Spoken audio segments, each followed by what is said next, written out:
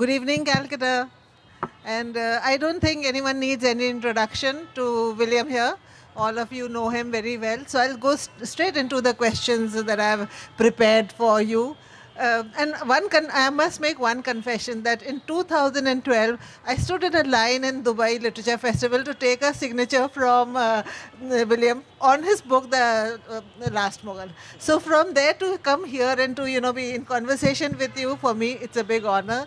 Well, and for me, I've also learned so much from your books. I've wandered around Delhi with all your guides and read your translations and your histories. You're the most prolific writer of all of us, Rana. So thank you so much. Example to us all. So it's a big honor for me to be here. And when I read about your trajectory, I read about your career, it is so very fascinating. I think at the age of 22, I was probably getting ready to be married. And you are on to a 16,000-kilometer journey going to Xanadu to, look for this capital for the city. So what, you are you recreated Marco Polo's journey. So how was your experience different from Marco Polo? And what modern geopolitical obstacles, including restrictions in Iran and Afghanistan, which prevented you from following his route exactly? So, first of all, I think I've had an odd blessing in that I have no talent other than writing.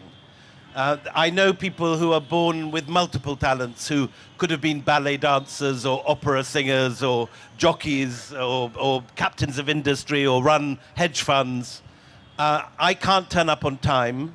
I'm innumerate. I'm almost sort of dyslexic with numbers. I literally cannot repeat a telephone number if someone says it to me.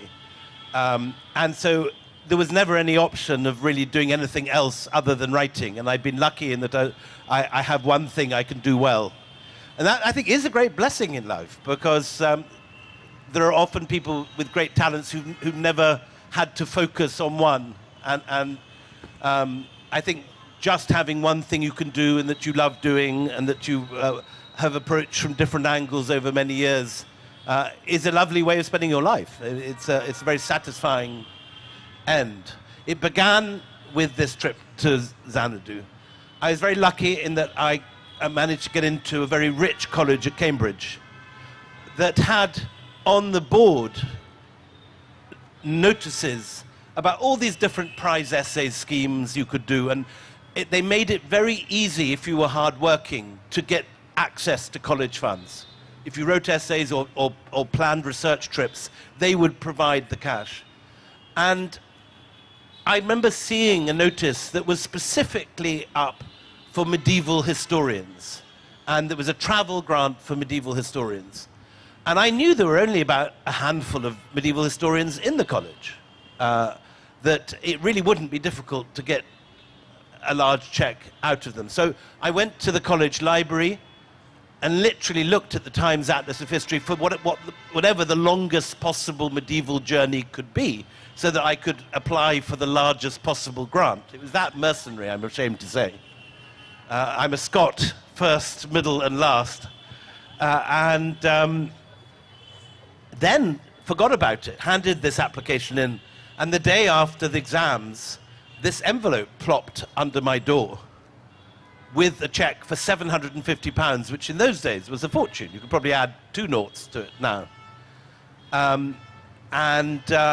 I found that I was basically committed to doing this quite tricky journey, going from Israel into Syria via Cyprus, through Iran immediately after the revolution, crossing from Pakistan into China, just the 6 months after that route was first opened. The Kunjarab Pass was open to travelers only that year in 1986.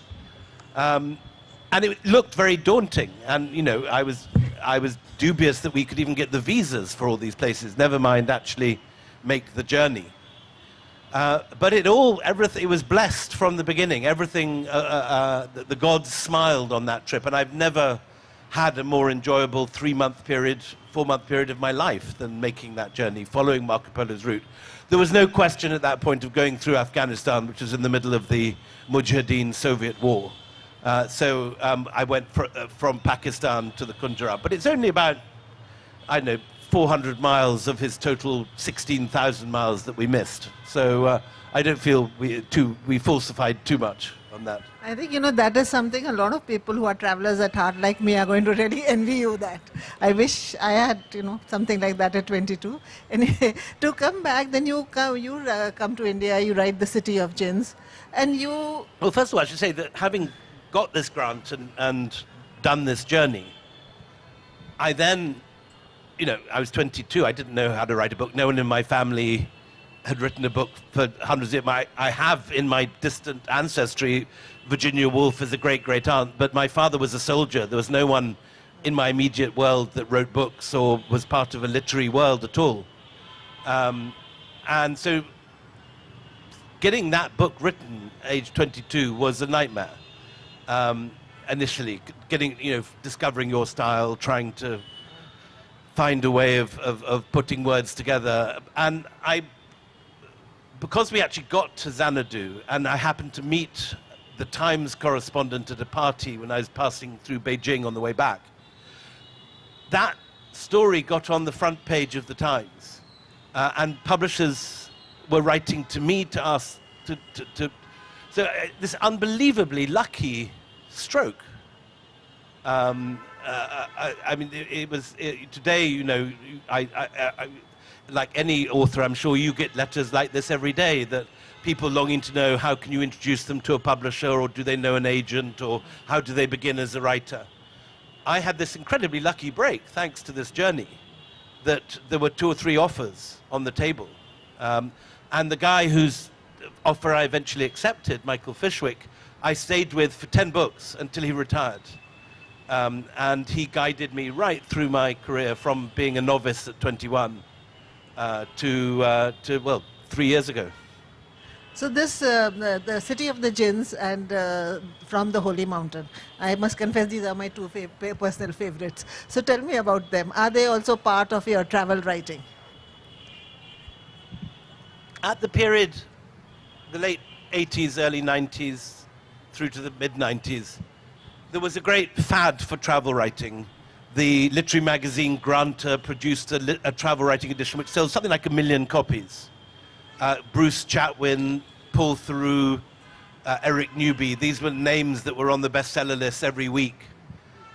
And it was very much the sort of thing I was reading at that age. And having done Xanadu, I wanted to do something slightly different, so wrote a book about Delhi, just a stationary travel book about one place I was living in, which is what brought me back to India. And I haven't left since. I've very much been here. And then my other great love, which is the Middle East, and traveling around, visiting all the desert monasteries in Turkey, Syria, Lebanon. And it's a passion which remains with me, and I'm being eaten up at the moment, as many people, I'm sure, in the audience are, by the horrors undergoing currently in Gaza. And I am horrified by my country's horrifically negligent response to the suffering of the Palestinians, a suffering that the British government initially caused by the Balfour Declaration, and their failure to live up to the second clause of the Balfour Declaration, which is that a Jewish homeland would be established, which would in no way undermine the status of the indigenous Palestinians. And of course, the Palestinians were completely abandoned. And so, From the Holy Mountain is a look at the Christian minorities of the Middle East, who are often forgotten. As recently as the early 20th century, maybe 25% of the Middle East was Christian. Maronites, Copts, Armenians, Ethiopians, Syrianis of various varieties, Greek Orthodox. And a lot of that world survives. And people are often unaware that, Palestine until 1947 was 10% Christian. Syria, when I was going around in 2004, was 20% Christian. To this day, Egypt is 1/5 Christian. And these are ancient communities that have survived since the days of the early church, which we've completely forgotten about in the West and abandoned and have no interest in. And it was a very intriguing prism to look at the Middle East through. Again, using this idea of following a pre-existing travelogue, in this case, the work of John Moschus, who was an early Byzantine monk who wrote about the area.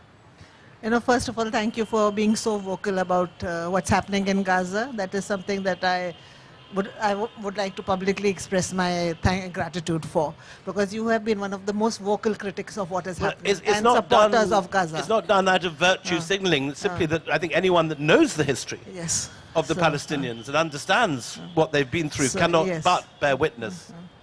So, coming back to From the Holy Mountain, you know, what I really loved about the book was that the present perception that one has of Christianity is from the Roman Catholic Church or from the Protestant Church, but you present the Christianity which is very, very, very different, and which is actually what it would have been in the beginning. Correct. I mean, people regard Christianity as a Western religion and have done so really since the Renaissance, when Christendom came to basically mean Europe. But Christianity is an Eastern religion, like Judaism, like Islam, like Hinduism. And it grew out of the Middle East. And there's so much that once you learn about Eastern Christianity that you can see flowing through other religions in the region. So, for example, the way that the Syrian Orthodox monks still pray in churches without pews. Pews are a very recent addition in Christian history. Only in the 17th and 18th centuries were pews added to churches. Until then, like mosques, they were carpeted or had stone floors. And when you see the Suryani bowing and prostrating, you see where Islam came from, where the practices and the links between the two. And so understanding the nature of Eastern Christianity also allows you to understand the nature of Islam and the links between Islam and Christianity. And you can never again quite look at it the same way again once you realize that. So I would recommend that book to everybody. That's the first book of Williams that I read, From the Holy Mountain. And I think it must be available here, otherwise it will be available. Please do read it. And would you like to do a bit of reading from City of the Jinns? Yeah, so it was while writing Jinns that I first fell in love with Delhi and began to try to write about its very complicated and rich history. And it is an enthusiasm which has run through subsequently Last Mughal, Anarchy, and other books. Yes. But this is a passage I'm going to read about going to meet one of the earlier chroniclers of Delhi, our predecessor. Rana has also written wonderful books about Delhi. It's a much-written city, and one that is a chasm of stories waiting to be told. But this was Ahmed Ali, who wrote Twilight in Delhi in the 1920s, and then found himself exiled from Delhi. Ahmed Ali was there to meet us. I've gone to Karachi to go and find him. He wore severe black-rimmed glasses, above which sprouted a pair of thin grey eyebrows. He slurred his consonants and had the slightly limp wrist and effete manner of one who modelled himself on a Bloomsbury original. For a man once seen as a champion of Delhi's culture, a bulwark of Eastern civilization against the seepage of Western influence, Ahmed Ali now cut an unexpectedly English figure. With his clipped accent and tweed jacket and old leather elbow patches, he could have passed off successfully as a clubland character from a Noel Coward play. But despite his comfortable, well-to-do appearance, Ahmed Ali was an angry man. Over the hours I spent with him, he spluttered and spat like a well-warmed frying pan. The first occasion was when I inadvertently mentioned that he was now a citizen of Pakistan. Poppycock, balderdash, I was always against Jinnah, he said. Never had any interest in Pakistan. Steady on, said his friend Shah-ul-Haq. The devil, said Ali. Pakistan's not a country, never was. It's a damned hodgepodge. It's not your country or my country. He was shouting at Shah-ul-Haq now. It's a country of a damn bunch of feudal lords, robbers, bloody murderers, kidnappers. The outburst spluttered out into silence. But, I ventured, didn't you opt for Pakistan? Surely you could have stayed in Delhi had you wanted to. There was another explosion. I opted for Pakistan? I did not. I was the visiting professor in Nanking when the blasted partition took place. The bloody swine of Hindus wouldn't let me go back home, so... What do you mean, I asked. I went and saw the Indian ambassador in Peking. Bloody swine, said I couldn't return. Said it was a question of Hindu against Muslim, and there was nothing he could do. I was caught in China and had nowhere to go. Careful, said Shah-ul-Haq, seeing the state that his friend had worked himself up into. So how did you end up in Karachi, I asked. When my salary in Nanking was stopped, I found my way to some friends in Hong Kong. They put me on an amphibious plane to Karachi. Where else could I have gone if I couldn't go back to Delhi? Ali had ceased to quiver with rage and was now merely very cross. I never opted for Pakistan, he said, gradually regaining his poise. The civilization I belong to, the civilization of Delhi, came into being through a mingling of two different cultures, Hindu and Muslim. That civilization flourished for 1,000 years, undisturbed until certain people came along and denied that that great mingling had taken place. Views like that can hardly have made you popular here, I said.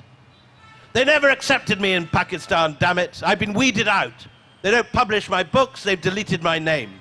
When copies of Twilight in Delhi arrived at the Karachi customs from India, they sent them back, said the book was about the forbidden city across the border. They implied that the culture was foreign and subversive. Ha! In that case, I said, couldn't you go back to Delhi? Couldn't you reapply for Indian citizenship? No country is my country now, said Ali. Delhi is dead. The city that was, the language, the culture, everything I knew is finished. It's true, said Shah-ul-Haq. When I went back 13 years after partition, almost everything was different. I stayed in a new hotel, the Ambassador, which I only later realized had been built on top of a graveyard where several of my friends were buried. In my mahalla, everyone used to know me, but suddenly I was a stranger. My Haveli was split into 10 parts and occupied by Punjabis. My wife's house had become a temple. Delhi was no longer the abode of the Delhiwala. Even the walls had changed. It was very depressing. Before partition, it was a unique city, said Ali. Although it was already very poor, still it preserved its high culture. That high culture filtered down even to the streets. Everyone was part of it. Even the milkmen could quote Mir and Dag. The prostitutes could sing Persian songs and recite Hafiz. They may not have been able to read or write, but they could remember the poets. And the language, said Shah-ul-Haq. You cannot conceive how chaste Delhi Urdu was. And how rich, said Ali. Every mahalla had its own expressions. The language used by the ladies was quite distinct from that used by the men. Now the language has shrunk. So many words are lost. We talked for an hour about the Delhi of their childhood and youth. We talked of the eunuchs and the Sufis and the pigeons and the poets, of the monsoon picnics in Meroli and the jinn who fell in love with Ahmed Ali's aunt. We talked of the sweetmeat shops which stayed open until 3 in the morning, the sorcerers who could cast spells over a whole mahalla, the possessed women who used to run vertically up the Zanana walls, and the miraculous cures effected by Hakim Ajmal Khan. The old men swam together through great oceans of nostalgia before finally coming ashore on a strand of melancholy. But all of that is no more, said Ali. All that made Delhi special has been uprooted and dispersed. Now it is a carcass without a soul, said Shah-ul-Haq. I am a fossil, said Ali, and Shah-ul-Haq is on his way to becoming a fossil. Nevertheless, I said, if you both love Delhi so much, wouldn't you love to see it one more time? I will never see that town again, said Ali.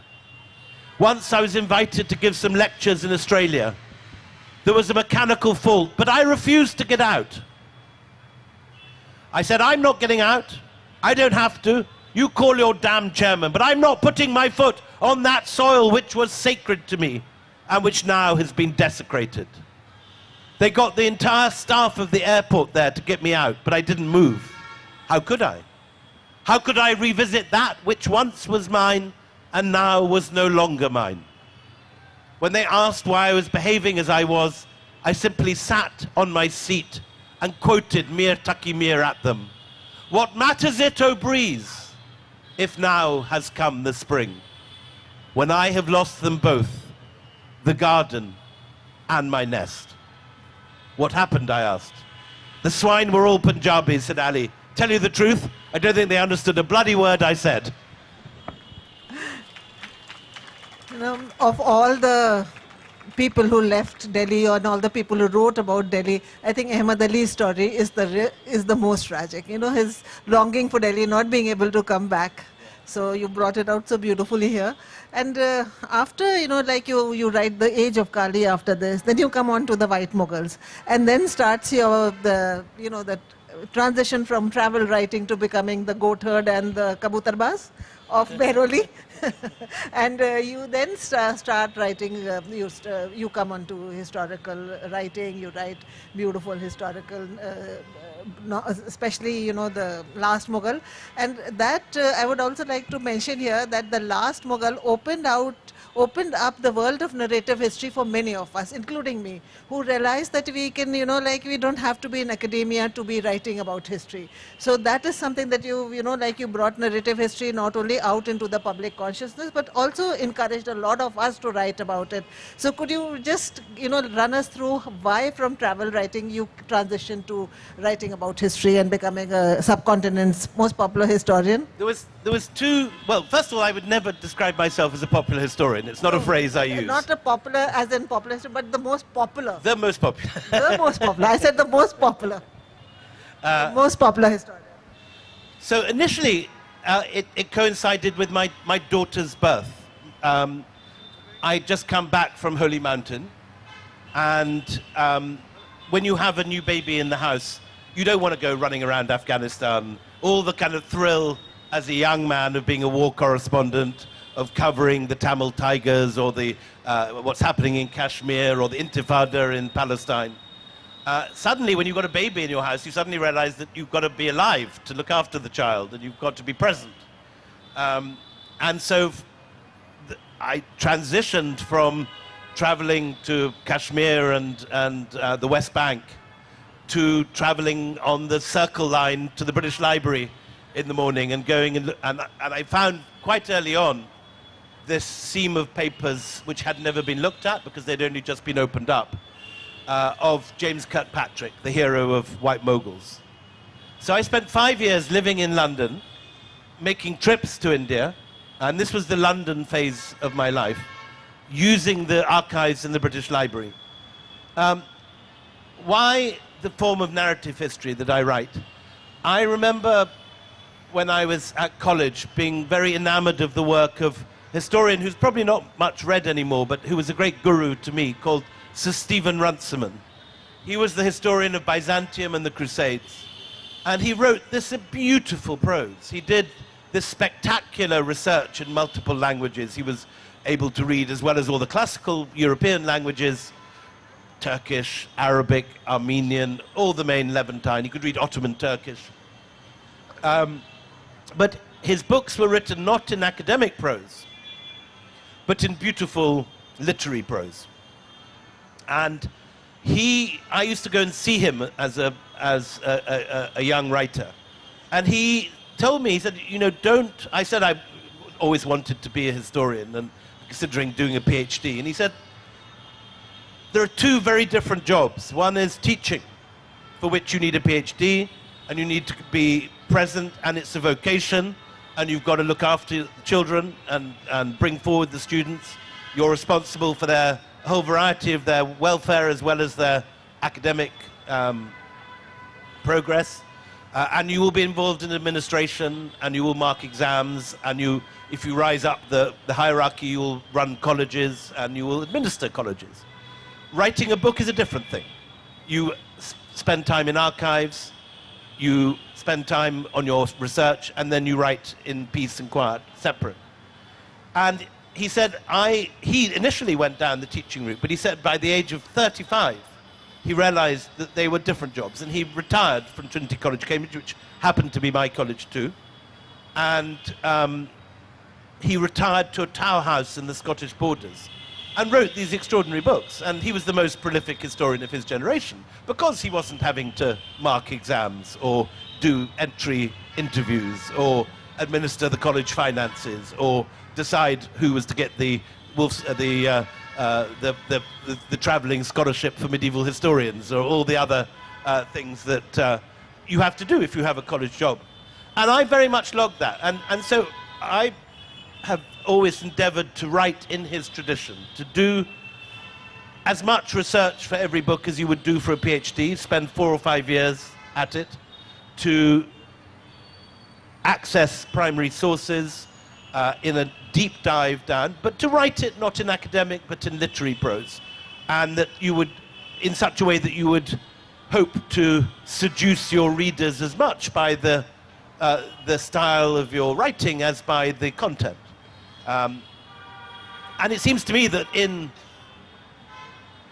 history, at least, there's nothing that cannot be expressed in simple, clear literary prose. It's not like it's rocket science or engineering or astronomy that will require equations or and it seems to me that the sort of convoluted prose that some academic historians needed is obfuscating the truth rather than making it clearer.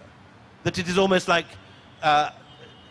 Sanskrit in the early centuries as an elite language which only an elect group had access to.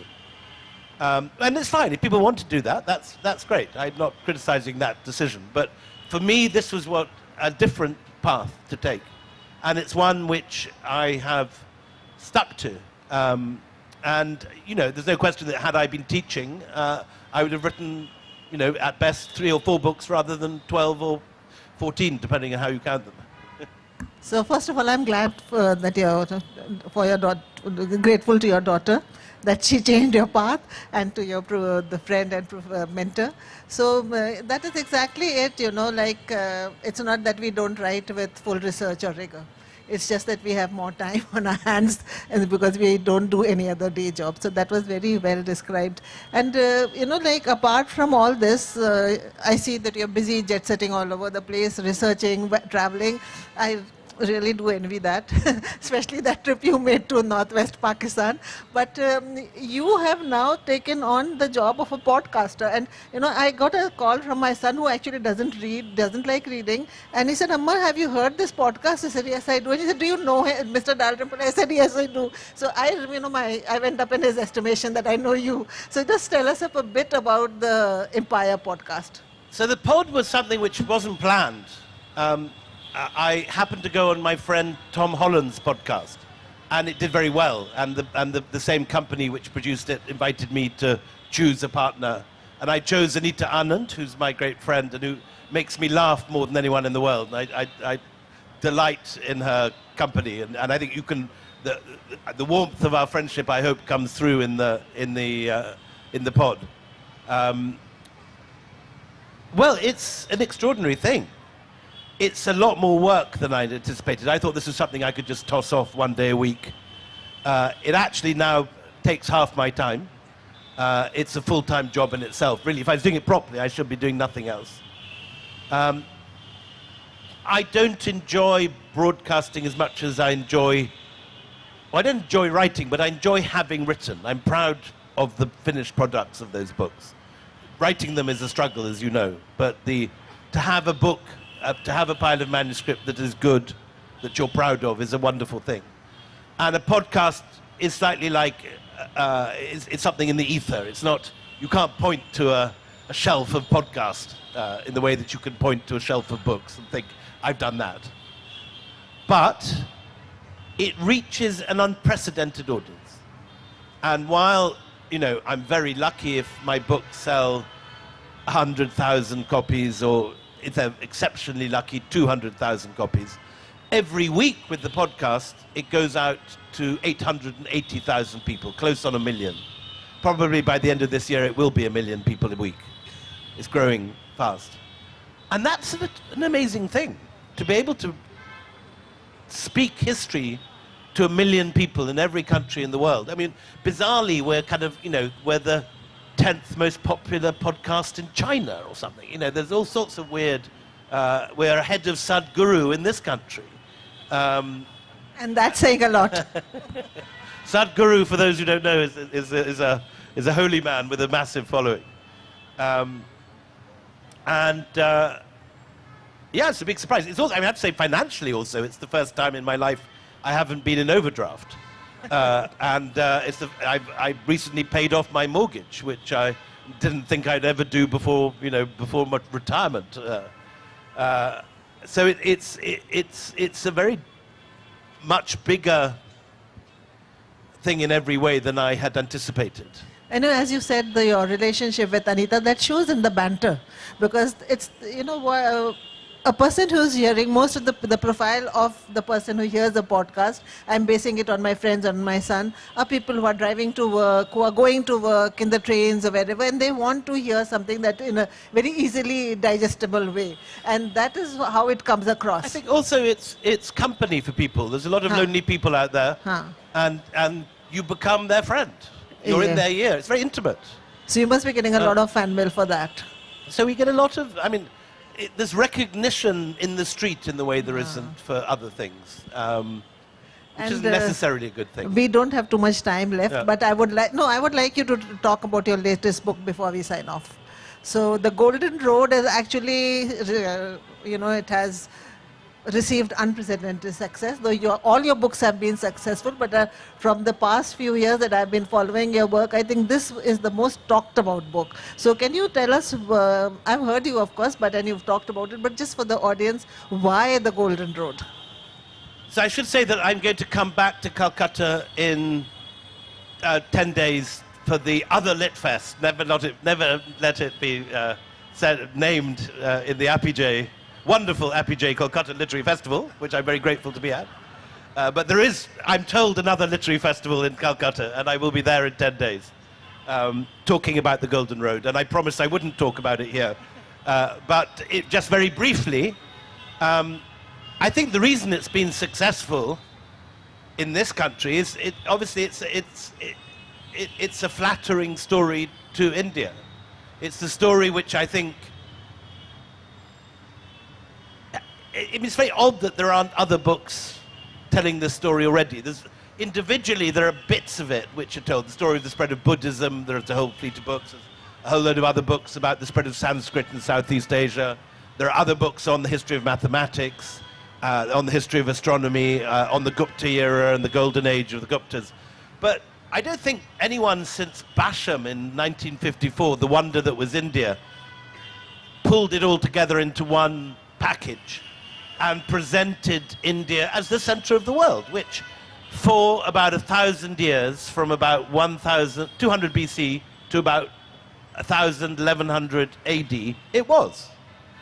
And I get very irritated by the way that the Silk Road is so well known, because the Silk Road is not an ancient phrase. There's no ancient author that talks about the Silk Road.